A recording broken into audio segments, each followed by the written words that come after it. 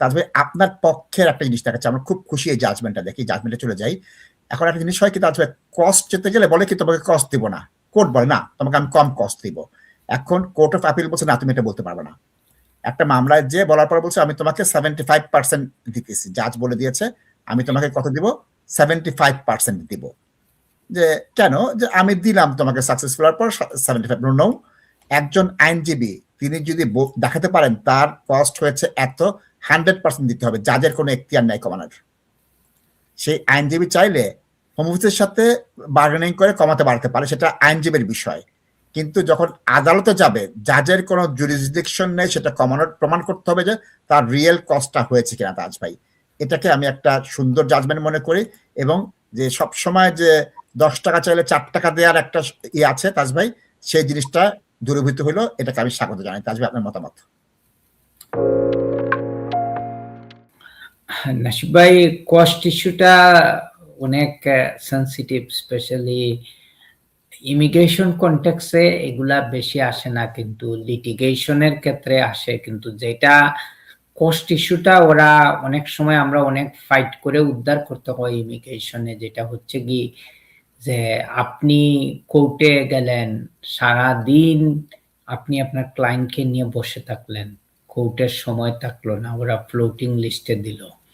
আপনি হিয়ারিং এর জন্য প্রিপারেশন নিলেন, আপনি পরের দিন আপনার পুরো ডায়েরি খালি, আপনি অন্য কোনো হিয়ারিং নেন না। আগের দিন হঠাৎ করে ইমেল দিয়ে বলল ও আমাদের ল্যাক অফ জুডিশিয়ারি বা জাজ আসেন নাই বা আমাদের টেকনিক্যাল প্রবলেমের কারণে আমরা হিয়ারিং করতে পারবো না। অনেক সময় কোর্টের কারণে দেখা যায় অনেক কোর্ট হিয়ারিং হয় না নাসিদ ভাই। সো ওই জিনিসগুলা দেখা উচিত, কিন্তু আমরা অনেক সময় ফাইট করি। বাট যেটা এই কেসে যেটা ফ্ল্যাশ আউট করছে, the golden principal of English jurisdiction, যেটা হচ্ছে কি যে পার্টি লস্ট করবে সে অন্য পার্টির রিজনেবল কস্ট দিবে। রিজনেবল কস্ট হচ্ছে নাসিদ ভাই এটা সাবজেক্ট টু কস্ট অ্যাসেসমেন্ট। এখন আপনি যদি আপনার ফি আপনি একটা ধরে বসেন তখন ওইটা দেখতে হবে, এবং এই ক্ষেত্রে দেখা হবে যে ফাইলে কাজ করছে তার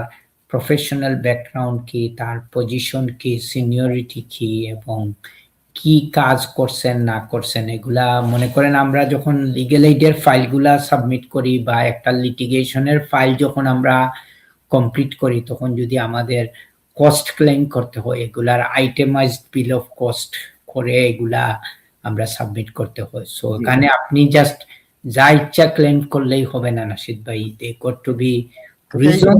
এবং কোর্ট অফ আপিল বলেছে যদি রিজনেবল ভাবে যে প্রমাণ করবে তাকে তুমি সেটা 75% দিতে পারবে না, সেটা 100%। রিজনেবল মানে যেটা হচ্ছে কি এখন যদি কোর্ট অ্যাডজুডিকেট করে যে এটা রিজনেবল একটা ফিগার, তাইলে এখানের মধ্যে কোনো ডিসপিউট নাই, আপনি কোনো কিছু রিজেক্ট করতে পারবেন না। এবং জাজ আপার ট্রাইব্যুনালের জাজ কেবেডি নাসিব ভাই,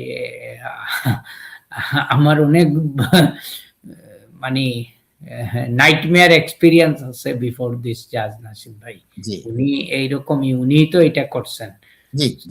actually she went beyond her jurisdiction, এবং এটার জবাব কোর্ট অফ আপিল একদম রাইট ওয়েতে ডিসিশনটা দিছে। Thank you. ধন্যবাদ, ধন্যবাদ।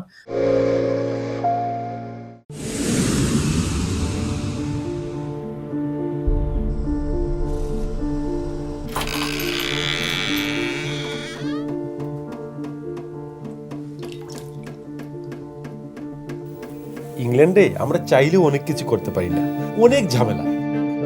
হায় রে হায়, লন্ডনের এই জীবনে ঝামেলার কোনো শেষ নাই। আমি লাল, আমার ইমিগ্রেশন, ঘর, ব্যবসা সবকিছুর ঝামেলার সমাধানে সবসময় পাশে আছে তাজ সলিসিটার।